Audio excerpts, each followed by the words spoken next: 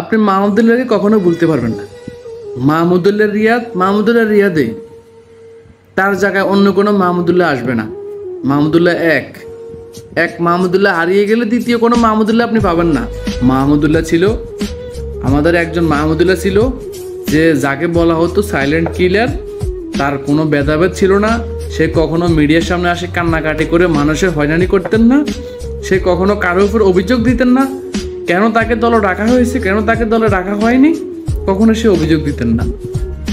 তিনি এমন একজন লোক, তিনি সবসময় সাইলেন্ট থাকতেন এবং ভালো পারফর্ম করতেন। পারফর্ম করে এবং তিনি ব্যান্ডে বলে জবাব দিতেন তিনি কে, তিনি কোন মাহমুদুল্লাহ রিয়াদ।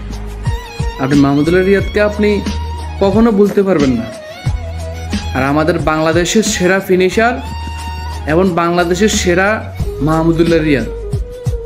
বাংলাদেশ এমনও হয়েছে যে হাজারো ম্যাচ বাংলাদেশ ডুবে যাচ্ছে, সে ডুবা থেকে এই মাহমুদুল্লাহ রিয়াদে বাংলাদেশকে হাজারবার টেনে উঠে এনেছে। এই মাহমুদুল্লাহকে আপনি ভুলতে পারবেন না, তার অবদান আপনি ভুলতে পারবেন না। কেননা তার এই অবদান সারা জাতি মনে রাখবে, তার এই অবদান সারা জাতি মনে আছে এখনো। আপনি দেখুন সাউথ আফ্রিকার সাথে যে ম্যাচটা হয়েছে, একমাত্র মাহমুদুল্লাহকে আমি কখনো আগে এরকম দেখি নাই যে কোনো একটা বল ক্যাচ হওয়ার পর সে তো আফসোস করতে আমি কখনো দেখি নাই। মাহমুদুল্লাহ 5 মিনিট মাঠের মধ্যে দাঁড়িয়ে থাকে, আফসোস করতেছে, শুধু আমি ওই দিন দেখেছি। কারণ তার ধারণা ছিল যে এই বলটা ছক্কা হবে, 6 হবে, কিন্তু না হইল না, ভাগ্য ছিল না। শেষটার কমতি ছিল না মাহমুদুল্লাহর, কিন্তু ভাগ্য ছিল না, ভাগ্যে লেখা ছিল না। এই সেই মাহমুদুল্লাহ রিয়াদ।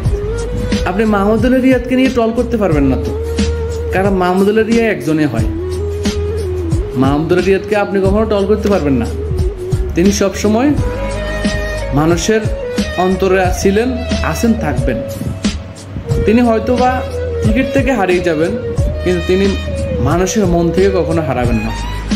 মানুষের আজীবন তিনাকে মনে রাখবে, আমাদের একজন সাইলেন্ট কিলার মাহমুদুল্লাহ ছিল।